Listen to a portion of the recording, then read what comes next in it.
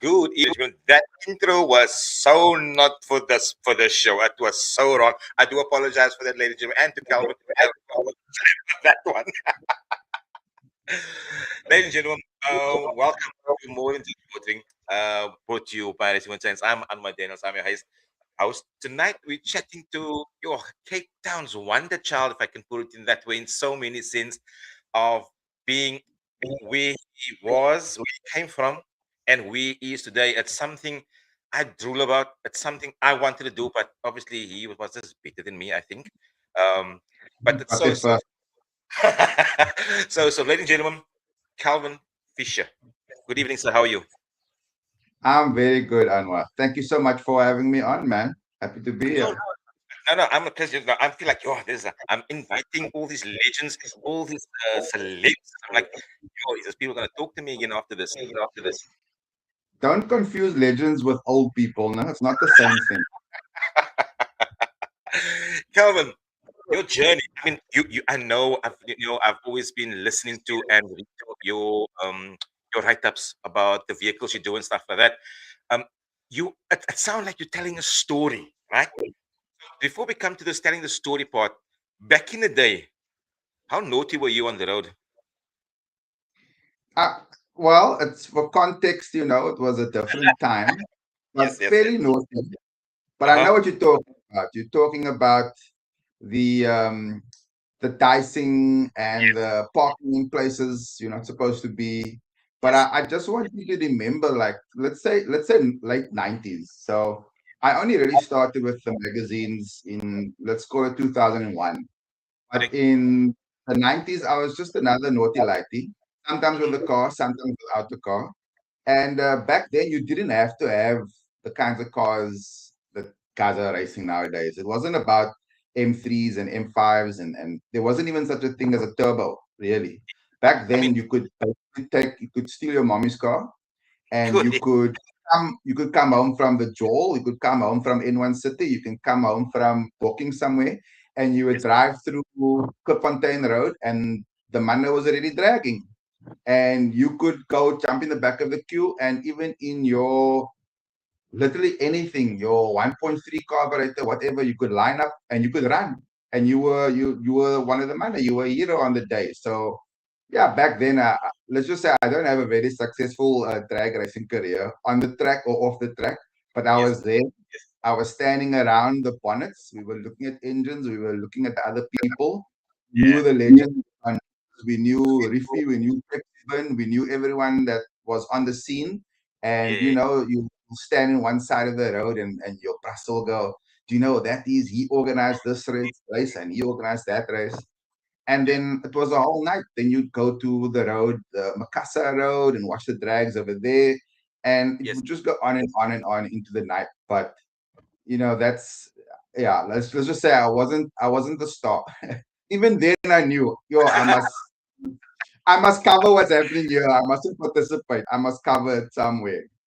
And yeah, that was And kind of my for so many what's people, in what they do, and even what they do, is that they find the niche, what they love for within a sport. A very good friend of ours, you know him, Gary Stockenstrom. We yeah. were doing our stuff at the atmosphere drifting and stuff like that. He had an awesome car and stuff like that, beautiful little S 200 S6, and was teaching him. He was getting it right. He was getting right, and he gets so fed up, and he was like, "Dude, this is not for me. I'd rather do events than drive." And we sold the car, and I know a successful guy, that the organizer of events, and you found Yeah, that. drift setting. Here we Exactly. go. You Exactly. can be passionate about something, but no, you're not necessarily going to be the guy. I mean, you can be the manager of the soccer team. It doesn't mean you're going to be the striker, and you're still going to be. You can still gonna have the fame. People still going to respect you, and so on. But for me, I watched Top Gear like the rest of us, and I never thought I'll ever do that as a living one day. I just knew I loved cars. Based on the fact that I love interacting with them. A big moment for me was like a pivotal moment for me was when my neighbor, Clifton, bless his soul, one day he came home with a 2.8 GTX Skyline. Oh, back in And the day. yeah, it's like I think it must be like boys, what it must have been like when they first saw that first pretty girl and they go, "Oh, I like girls." When I was like, "Yo, I think I'm heterosexual," because it completely changed who I was. I knew I was crazy about cars. It didn't have to be Mercedes Benzes and Mercs and or BMs and so on. I saw this car and I could like, I'm gonna throw it back to like Japanese cartoons here. I could like sense it had an aura about it, and I just knew that cars is where it's at. One way or another, cars is where it's at. And Yeah. I mean,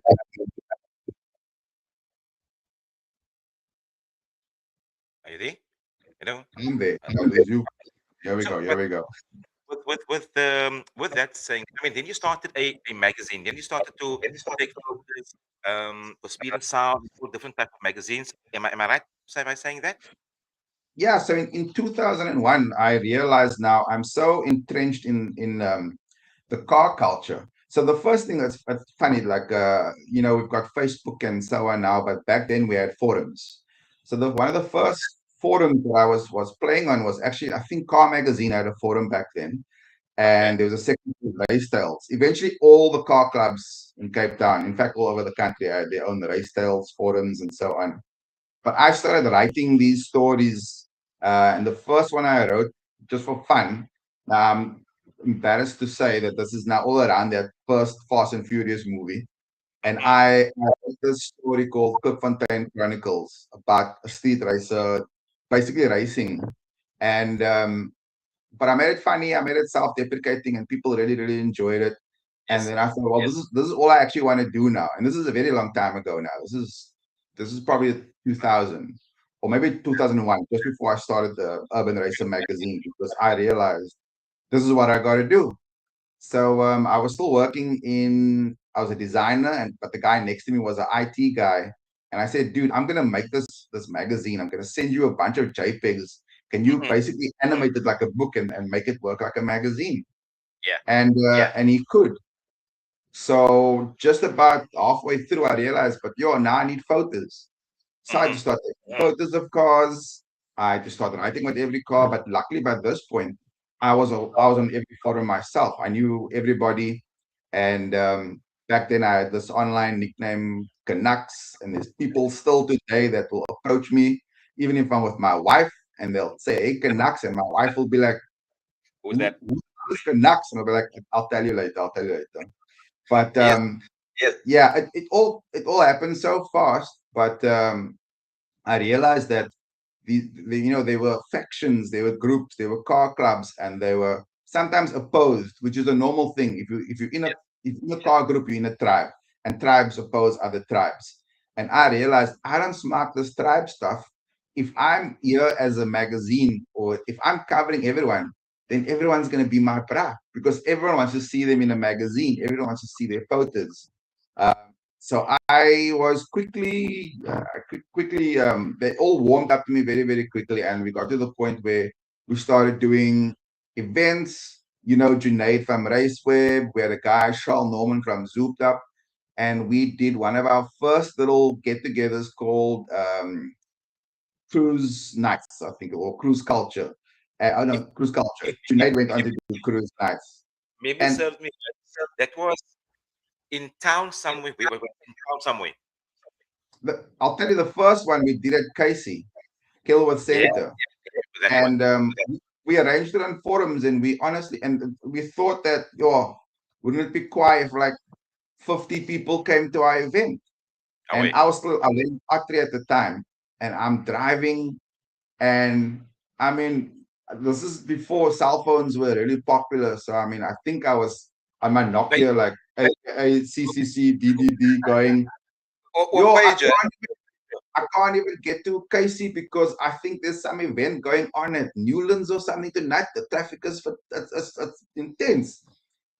But I didn't realize, or we quickly realized, we were slowly congregating on our own event. We thought we were hoping for 50 people. There were hundreds of people. We shut Awesome. down part of the southern suburbs that night because such was the demand. We didn't understand. Yeah. People wanted this kind of thing. People wanted to get together. not to race even, just to throw open their bonnets, talk nonsense, see people like them with a similar car, going, what did you do here? What did you do there? And I do It's think big it's a network. throwback.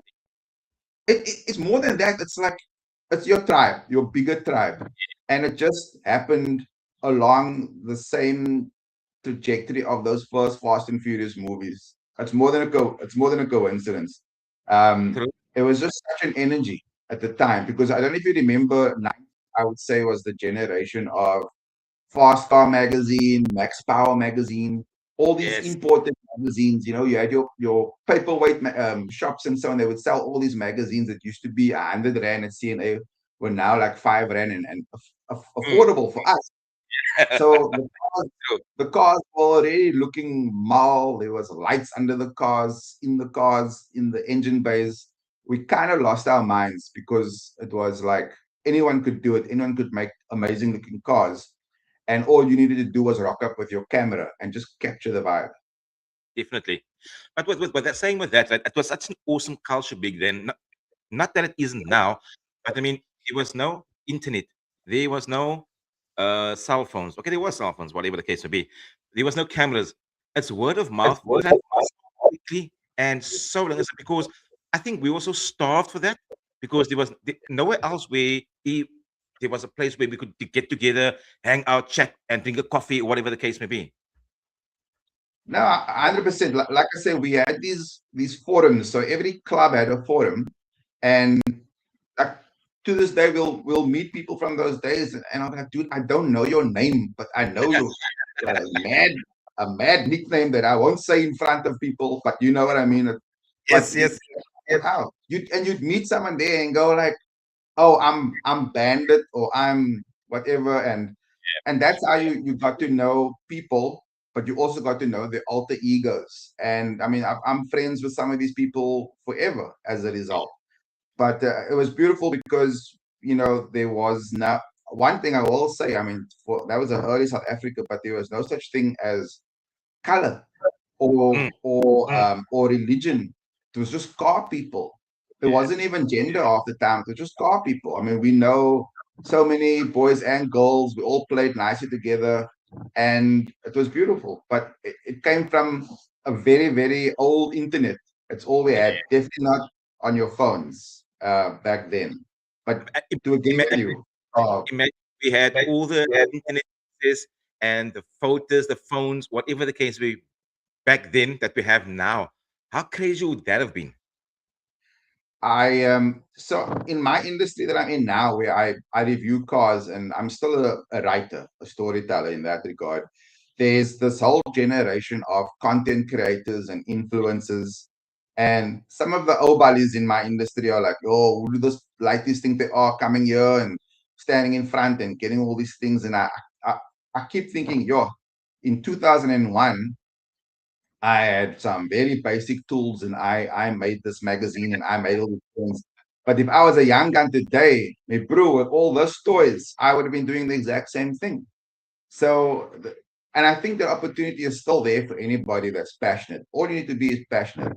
I'm 47 years old, but I'm, I'm trying what I can. But I'm an old dog now.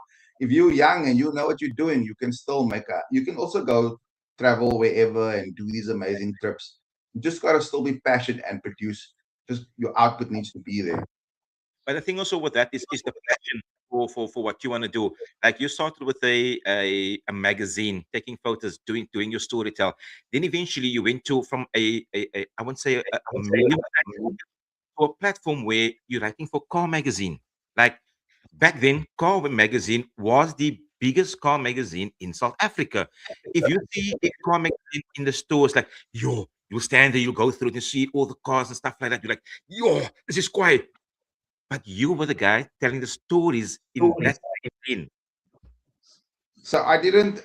I've recently, let's say in the last 2 or 3 years, produced some stuff for them, but it's kind of like my wife actually met my wife. She used to work for Car Magazine. I used to Okay, work for Top Car Magazine. So Car Magazine was actually the enemy, but okay, my magazine was the underdog. And okay. if you from the flats and you jump into this industry, you are the underdog as well. You're always gonna be the underdog. Correct. So your whole life and your whole career, you have the attitude of watch me, Mm, watch what mm, I can do.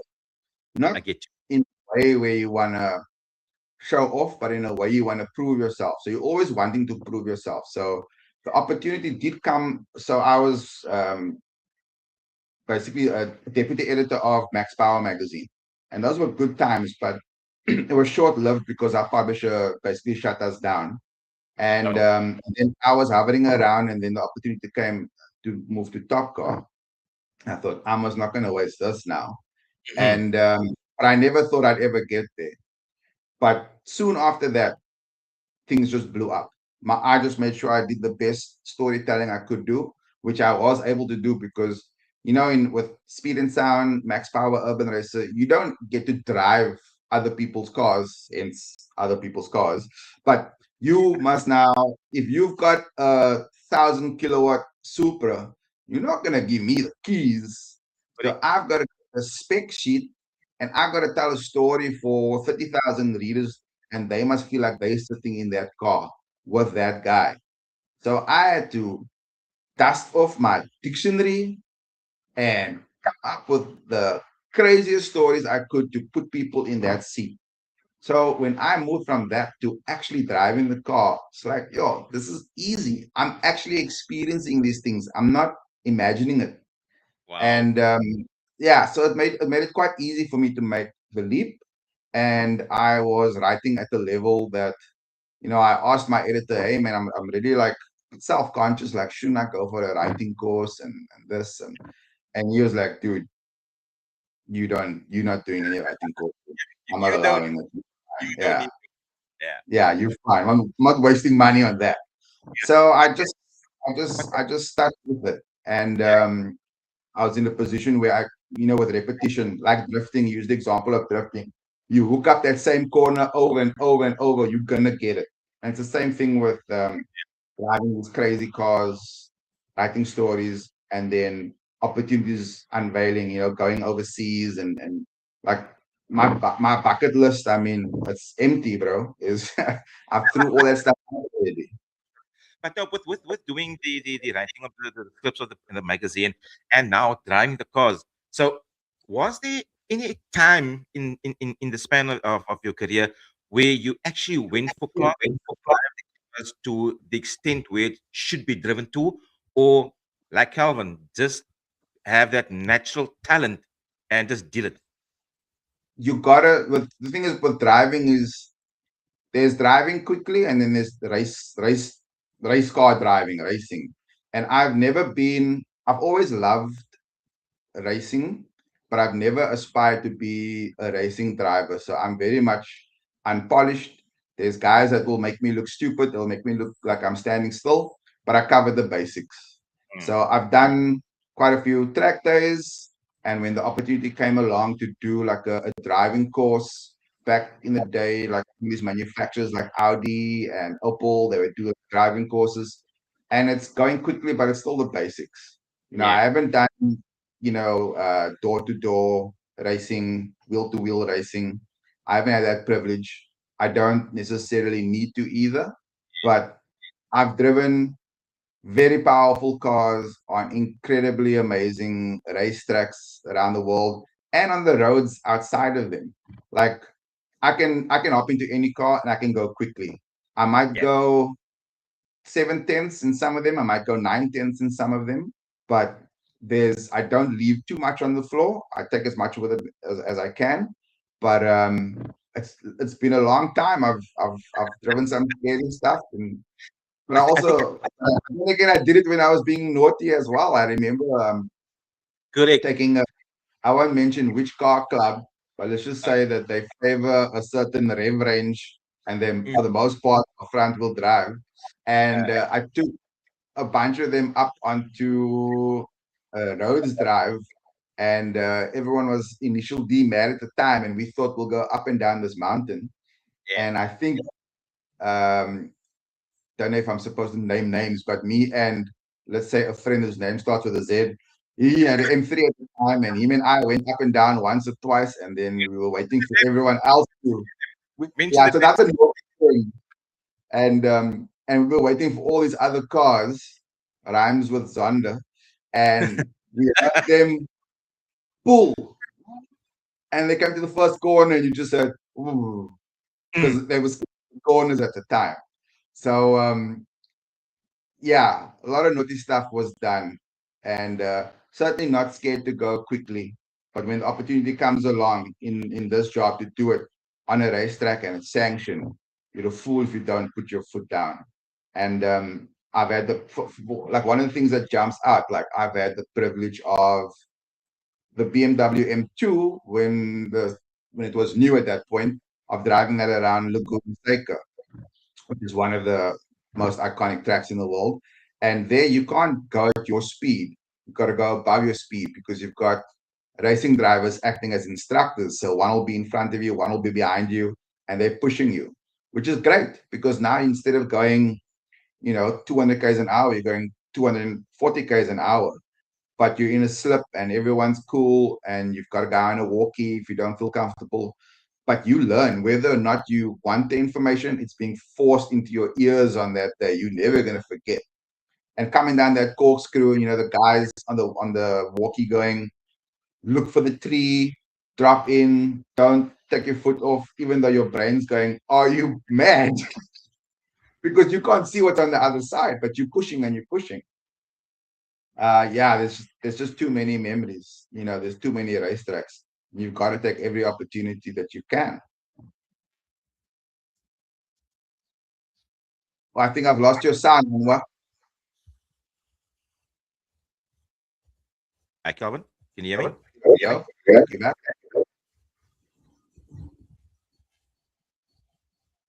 Still got you. You hear me? Oh, no, no, no. You've cut out again. Come Not, back. There, you touch. you good? I'm gonna, yes. Okay.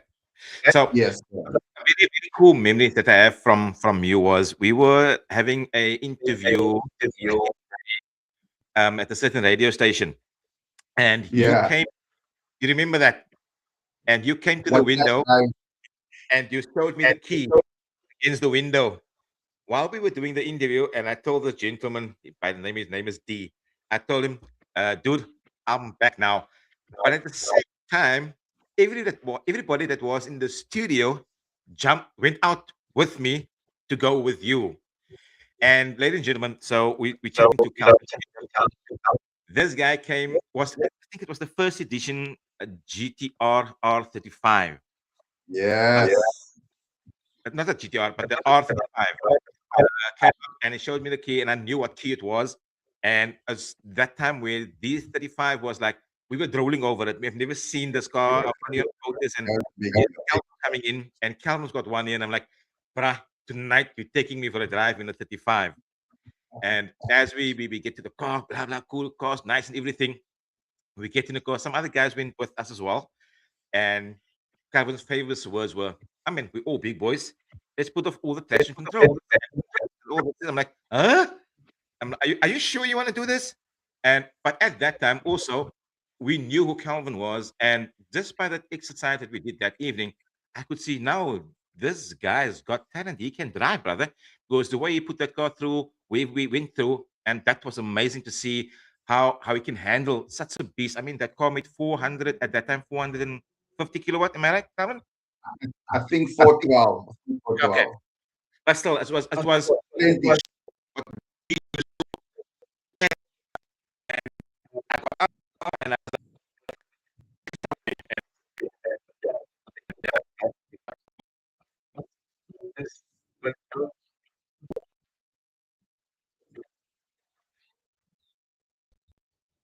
Oh, Anwar, I think your connection's a bit on the.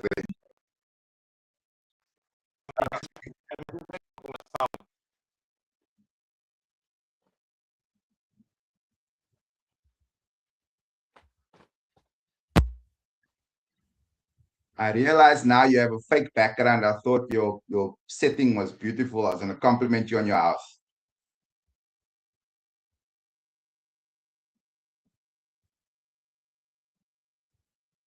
Okay, Anwar needs to just buy some data, I think. Okay, here we go. Here we go. You got me, Calvin? Oh, that is a beautiful sound. Well done. Okay, awesome. That's amazing. Oh, So, I, yeah, sorry about that, Calvin. no stress. You know, gremlins always take place at the worst time. So I do Absolutely. apologize for that. Cool. So we were at the GTR. Yeah. Yeah, so that was crazy for me. I mean, getting you there, taking me for a drive and my boys and stuff like that. And it was so amazing in my first ride in the 35. Yeah, no, dude. I think the one thing, like there's a lot of responsibility with the job that I have. So you don't joyride. Well, you don't joyride, but you certainly, if you can, share the appreciation with people like you. You know, if it's people that you know would do anything to be around those cars, you live off their passion, you live off the affection, and Yeah. it feels good as well. So, I mean, imagine I don't share that. I mean, now you've got a story, now I've got a story, and I haven't thought about that in years. Now you tell me now, and I'm reliving it now, and I mean, that's a gift being paid forward Yes. over and over. And there's a Yeah. couple of stories like that. There's a guy that he passed away sadly, but whenever I would see him, and he was a sweet dude, and he eventually ran food trucks. And I would see him very, very infrequently, like once every 3 or 4 years. And he'd also go, "Yo, remember that time you had the RS6 and we met Mm. up at City's McDonald's and you took us on the highway? Didn't tell you then, but I thought I was gonna die." All we did was just go in a straight line, but we went really fast because that car was an absolute monster. Yeah. And yeah, it's a privilege for me, and you got to share the privilege. It's 100%. just And I mean, with the so many cars that you drove all over the world, and even in Cape Town as well. I mean, there's certain cars like the 86s. I mean, I always ask you, Calvin, what do you have now? Oh no, I'm in yeah, Joburg. I'm like, yeah, but why must you be in Joburg? Why? Because as one of the cars I like, and you in Joburg, why? I But that's know. also a cool experience, man. You know, you got to drive these awesome cars where we just drool about and we just seen in magazines. And you tell this story of the specific car that you have, and it's like we can relate every single word you're writing, that we can relate. We know exactly what you're saying and what you're trying to give us about this car without selling it to me as bought. I got it already in the garage. Okay, that's me doing my job properly then. I can't give 100%. everyone a right cheese, but I can write like a story, then everyone feels Away. like they. And it's so liquor to listen to you. Okay, not listen to when you read it, but you obviously listen to it, and it's like, I mean, it's so cool. And if you didn't know who this bra was, it's a bra from the Cape Flats writing these stories in these awesome magazines, like you said, the Top Gears and all those stuff is. And it was so awesome to see our very own up there doing what you love. I wanted to do it also, but I couldn't. But it's awesome to see that you're doing it. And dude, you've been flying all over the world for years. And I mean, you made a career out of hoe sê ons mense in test driving cars and praat oor en skryf 'n bietjie oor currencies. But we still play with cars, Calvin, and that's where you are today. Yeah, no, I can't believe my luck. I'm very grateful. I'll 100%. never, dude, I'll never stop being grateful. And like you only asked me yesterday if I want to come up on this podcast, and I'm like, yes. It's I mean, yeah, I'm busy, but like yo, the opportunity to just talk about the old days and to talk about Yes, share the love and appreciation. I'll always make an effort because, appreciate especially it. like, I mean, when Anwar phones you and he goes, what country are you in? Mm. You know, it's like, hey, bro, I'm home. What are we doing? Like an ocean between us before I'll say no. But yeah, no. It's always about giving back, and there's very limited ways you can give back when you're in this position. So I Calvin, must here's also another, yeah, here's another memory. Yeah. You know our friend, Mr. Jason Webb? that's in Canada Yes. at the moment. He's actually Yeah. watching us now, and he's actually saying, "I remember when Calvin came to Kimberley back in the day. Even that Jason Webb, stays in Yeah. Canada now. I mean, thank you for the like and follow, Jason. Really appreciate it. But I mean, somebody like Jason now, he's also got memories of that as well, of you. Yeah. Yeah, that was one of the best days of my life. I'm sure it wasn't for him because he had to try to teach me to drift this whole 200 SX. Uh And huh. I think eventually, I think he had to kind of move on and do something else more important on the day. Or he was such a sweetheart and didn't want me to know that he was like, I'm done with this, old buddy. I can't work with this. Give me something to work with. But I was, but I said it's one of the best days of my life because I hooked it up. I Uh, eventually ended up doing my figure eights. Another friend of ours, Ernest Page, I told him yes. about it, and he was like, "Yeah, but you didn't you didn't manage a figure eight though." Like, yeah, I did. I Like, I mean, did. like, yeah, no, I did. I'm no Ernest Page, but I could still do it on the day. Uh, And I mean, my car history as well. I had a 87 Supra with the pop-up lights. I took that drifting as well. the panda. You know, yeah, bro, you just gotta enjoy whatever you've got. Like I'll never not have cars. I've got an old 1975 Chevy 4100. It's identical to the one my dad had. How Whenever I awesome that post a is that. photo, dude, whenever I post a photo or when I just drive around, people are like, "How much? Like how Mm. much? What? Selling this? I'll never sell it." This money can't buy that because you've Exactly. been looking for that particular car after that car for so many years. And I know there was a story about that car as well. And when you found it, and it was like, this is it, this is it. Yeah, But no. besides not driving cars and basically telling your stories, you also found another friend of ours by the name of Jason, and to do the panda up with some awesome. How can I say? Oh man. Mr. Jason Neves. Yo, where You know, is Jason? Jason is still living it. He's still building awesome, awesome cars. He's out in South River, Hoodstock side, I think, but Yeah. still Oh, building these awesome, awesome cars, eh? I love that guy, but I think whenever I message him, he does this. Ah, What does Calvin want now? what now? Yeah, Because the stuff I give him to do, it's always like, let me just entertain this bra for a little bit, and that's because never yeah, straightforward. That's never exactly. straightforward. But he's incredibly talented. Yes, I'm telling you. One of my earlier memories of Jason is also my first memory of Gary Stockenstrom. Okay. At Jason, he was still working with Rashad. They had a business together at the time, Okay. and I'm there with my Opal, and obviously we're catching on nonsense with the Opal. I'm making Jason do something stupid. We were actually prepping it for one of the. I can't remember if it was the cruise this show or if it was. I think it was a cruise this show. We were actually doing something like a very real effort that time, and all of a sudden, wah, pop, pop, pop, pop, chaos. Police, parents, what got on? Here comes Jason, sweating. This is nighttime, but he's sweating. Like, no, no, no. What is going on? Who is this Mm. guy? And he was laying low. I don't know where he was going, what he was doing, but he wasn't making friends with the 5-0. And we just had to until the chaos died out. And then we actually got to chat to Jason, to Gary, and get to know him better. And another guy I fucking loved immediately. Very sweet guy. Yeah, I love him. I love him to bits. Very, very awesome guy. He does. I still think he's one of the best builders in Cape Town when it comes to Yeah, customizing vehicles, in being in air suspension and all those type of things. He's done it. He's wrote the book, and everybody's just following him now.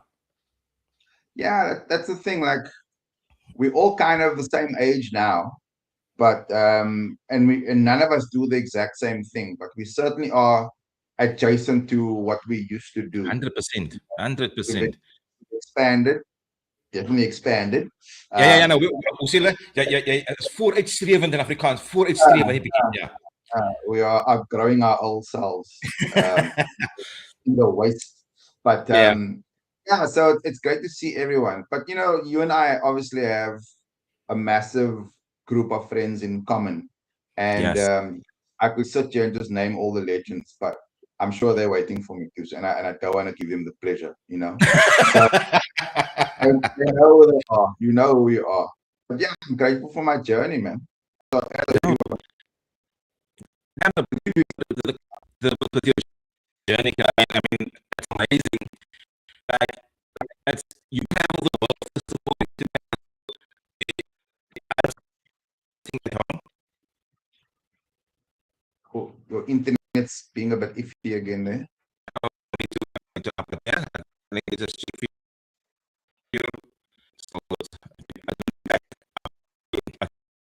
even I mean, you have a job. So job. You do some stuff with God. For me, it's a. I would say if you never work a day in your life,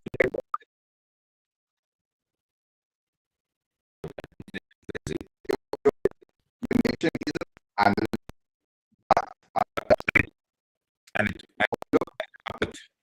everything everything not outly, but I will say that if you can love your job, it certainly makes the day to day much easier, more rewarding, and but we don't always have that luxury. The stuff that you do in the background isn't necessarily the kind of stuff you put on Instagram. And I do feel like it's worth remembering that when I'm busy doing my invoices or paying my internet bill or whatever else, I don't put that on Instagram because no one wants to see that kind of thing. You're only yeah, really seeing the fancy cars. I don't want I want to also like people think and you might find that you live up to someone else's expectations are not fake, but they're not realistic. So you just go around assuming everyone's living a better life than you, but that's obviously not what it's like.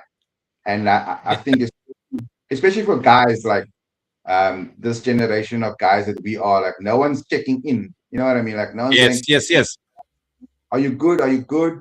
No one really does it. And I don't know about you, but there's people in our age group that I know that have passed away in the last 2 3 years, and yes, some of them true. have been like racers, mechanics, people we know that we love there, and they've passed away, and you go, God, I should have checked in more with that guy. So Mm, I know we're talking about cars here, but I also want to just say, the guys that are listening, talk to each other.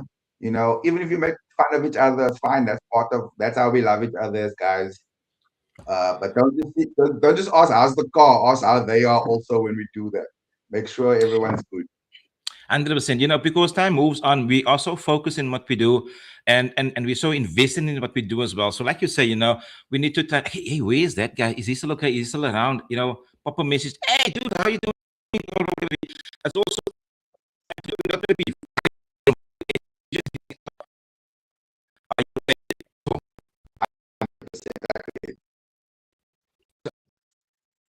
So,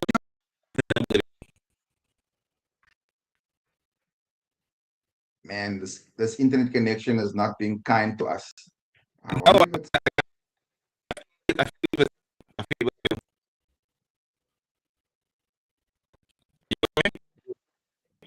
yeah. Oh, it says session will automatically. The host must join. No, come back. What's going on? I can see you.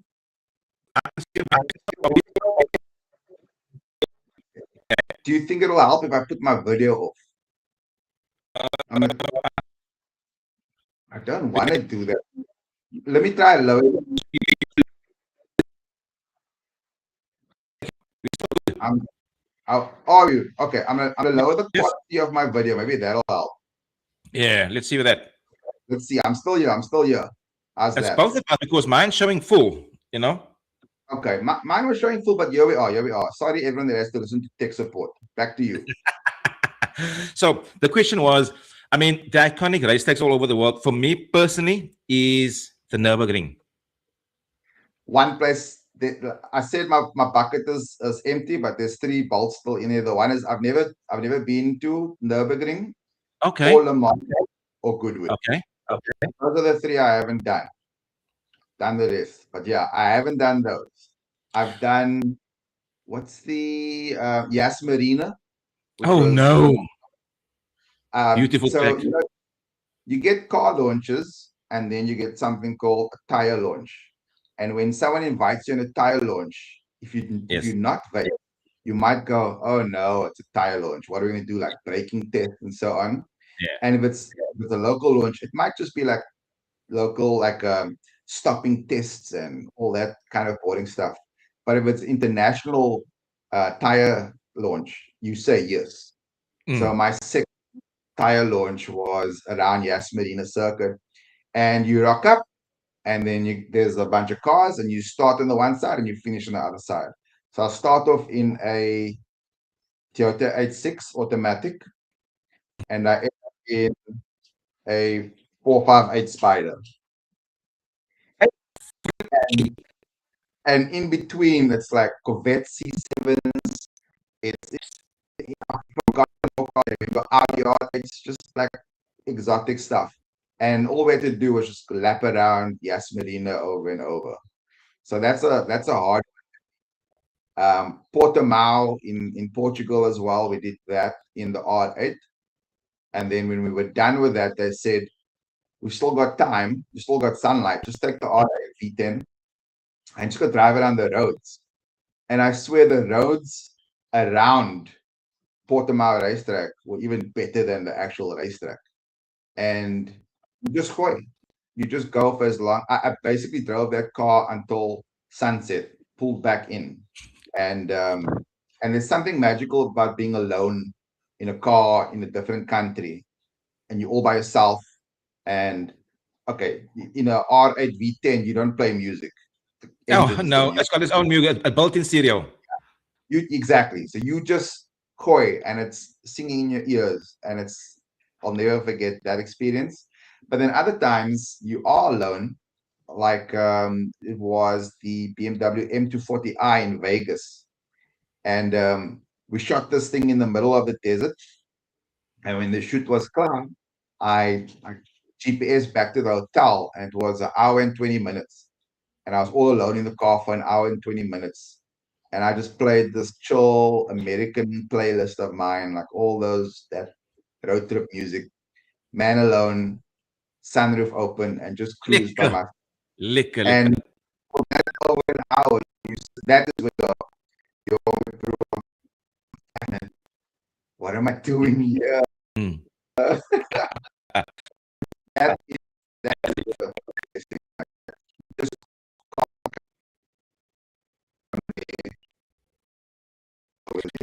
And- and- so that was what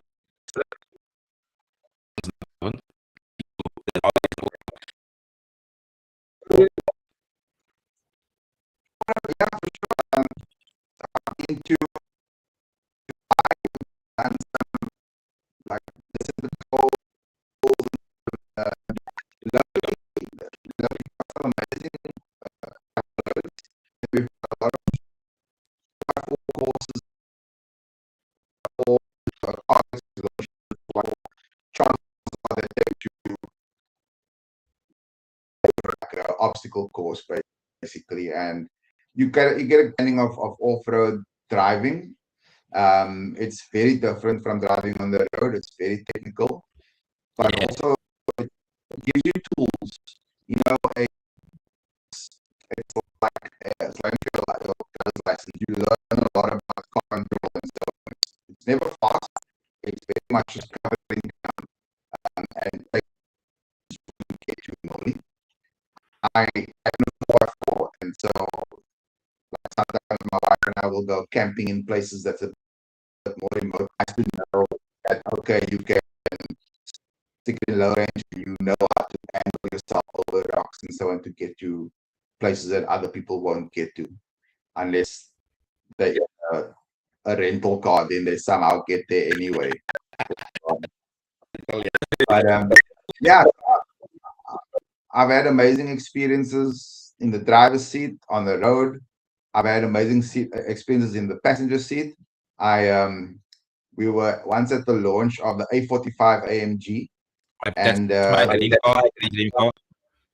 so Bolsterberg is a small track, but they call it Little Nürburgring because it's also Mm, in Germany, and it had a lot of those corners, but all sort of compressed into this crazy little.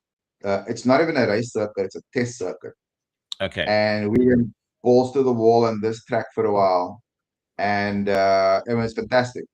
And then eventually, my colleague comes over to me, and he goes, "Dude, if they ask you, you are the biggest Formula One fan in the world."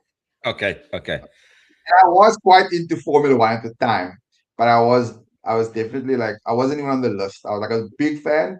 I Uh, wasn't that big. you know And who's the winners. You just know exactly enough. I know enough to get. But then I was a big Ferrari fan, which wouldn't have helped me at that point. But I definitely knew enough. But what I didn't know, or what I didn't see coming, was this was the A44, A45 launch, and and this helicopter lands, and my PR goes, "Do you want to go for a drive with Lewis Hamilton?" And I go, You're "Huh." And I go, "Yeah, yeah." So she goes, "Okay, well, do you want to go on the track, or do you want to go for a drive around like the town?" And I thought, "What is that? I want to go for a drive with him because in this car."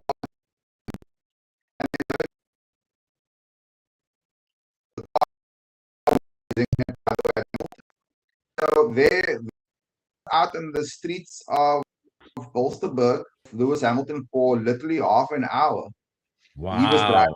very chill, and I got to ask him anything I wanted. And I asked him a little bit about racing, but then I could ask him about, like, what he does outside, like what his hobbies are. Like he plays similar video games to I was playing at the time. He used to ride his mountain bike, but his manager hates it when he rides his mountain bike just in case he gets hurt and It's so on. And injured. obviously, Here we go. I've gotten injured a couple of times, so I can relate. And I came back with such a cool lifestyle story on this man. That to this day, obviously, there's a lot of people that don't like this man as a racing driver. They don't like him. I wonder why though.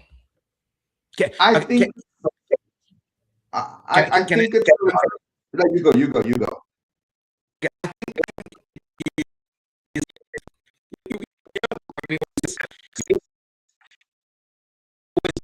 that one drop it down the hair. Yeah, If you look at his life story, how difficult was he used to dance so it's strong that's like whatever he life with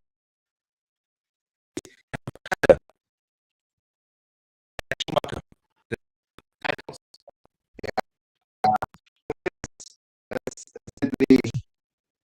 it's not like everyone else. It's being the only way, and people treating you differently, and you have to do things. The expectations are different for you. So, but that doesn't explain why my best brown friends here in the bottom of Africa don't like him either. I just don't Yeah, understand that. yeah, But I feel like you can't even accuse the man of being arrogant. He's true. he's so, he's so down to earth, and I think he's a victim of his own Success. charity, and like he champions a lot of people's causes that Yeah, whether or not he believes in it, he loves the idea of like minorities and free speech and yes, equality and so on. And yeah, we're a funny species. It's like, yeah, just go drive your car, you're not a this, yeah, or just be an actor, don't be a politician, be a singer, don't be a politician. But like, as a South African, you can't how do you disassociate the fact that all those musicians made those songs about us, so to help us in apartheid and to help us, like there's so many people that took time off from doing what was bringing them success to bring awareness.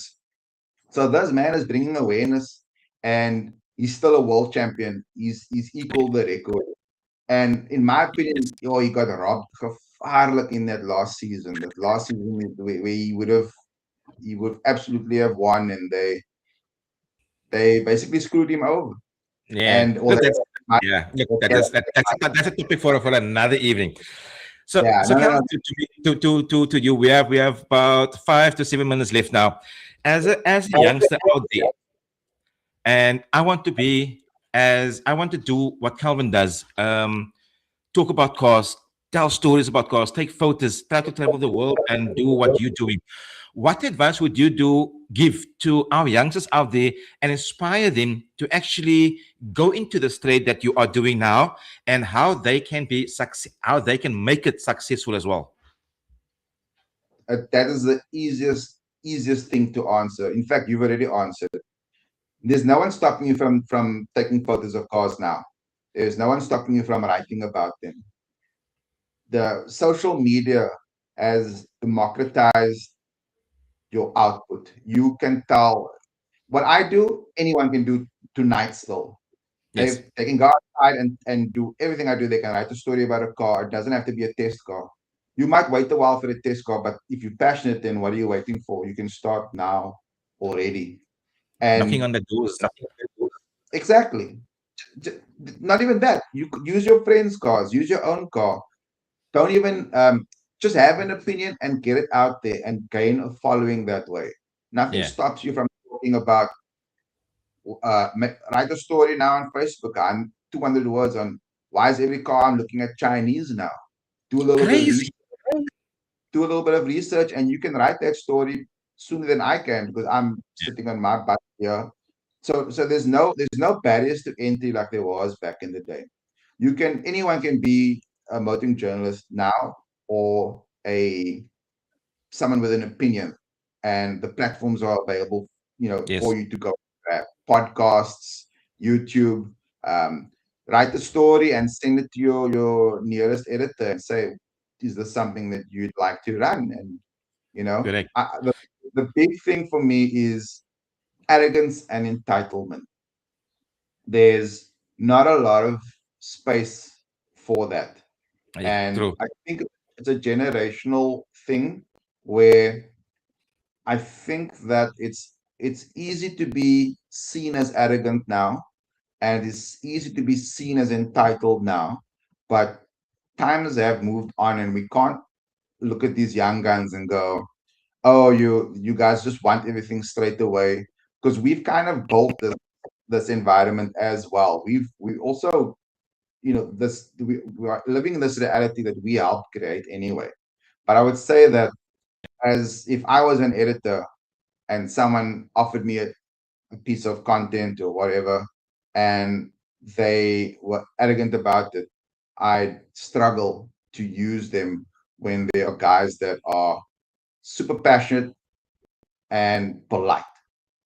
And there's a way to be assertive, there's a way to impress and endear, but the way you treat other people, just like everywhere else in life, is very important. Uh, 100%. 100%. That's not life doing lesson. yourself Yeah, you're not doing yourself a favor if you're knocking once and going, this company that didn't open up, Yeah. so screw them and their cards. You Oh, didn't do wait. yourself a favor, and you're not going to make friends down that channel. But it does take a long time to get. If test cars is where you want to be, it's going to take a long time. But if you really, if you are objective and you thought about it and you go, well, why should these people give me a car? For you, you're going, I just want the car for the weekend. But for them, they've got to insure that car. They've got to give it to you clean with a full tank of gas. It's insured and it's in a great state so that you get the best experience with it possible. And there's liabilities if that car is seen doing very naughty things that puts that brand in a bad light as well. So never take it personally. Always think about what you can offer Like, not, you don't have to say great things about the car, but if you're going to get the car, you want to offer something that the next person doesn't do. Like, show value as to why you deserve to have that time with that car, and platform it, and then just impress. People. So the people that will appreciate it, and there's people like, that's not for me. So but if you are interested into that certain brand of car, you will listen and you will like be attentive and like, okay, cool, okay, makes sense, really cool. I can go to tomorrow to the dealer and tell the dealer, Chikia, I saw this video from XYZ with your car. I'm interested. And that's basically how the world works. For they invest and you invest. If the investment comes together, they sell cars. So right now more than ever, it's just super easy with influencers and content creators. I just don't think that it's. I think we might even be overthinking it. Go Yeah. out there, take your phone. Don't buy cameras, don't buy mics. Just take your phone. TikTok exists. You make enough viral content and manufacturers notice, your peers notice, then it makes it easy for the day you come around and go, hey, this is who I am, this is what I offer. And then I want a car. Can I?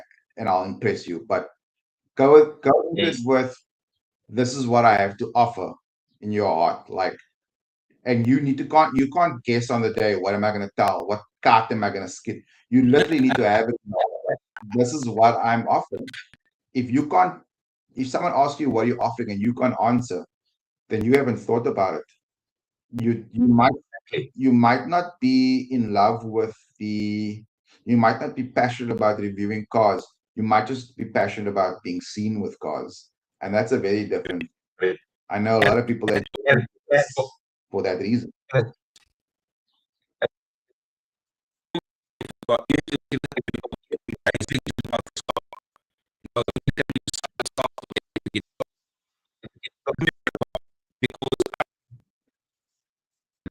But you, listening to you telling me about car, and that will entice me to go and okay, let me go have a look at this car because of what you said about it as well. So, Calvin, we're almost at the end of the session. Calvin, what is left for Calvin Fisher to still do in Calvin Fisher's? Uh, I think I answered the Nürburgring, the mall. Yep. Actually, I don't need to do anything because if I can do those things, that will be amazing. But I don't need to do anything. I've done it all in my mind. Like, I've been to Japan, which is the best place in the world, 3 times. I had the editor of Speed Hunters at the time pick me up in his R34 and we cruised around Tokyo all night. So you can't top that. You can't be a free. You must give stuff for other people also.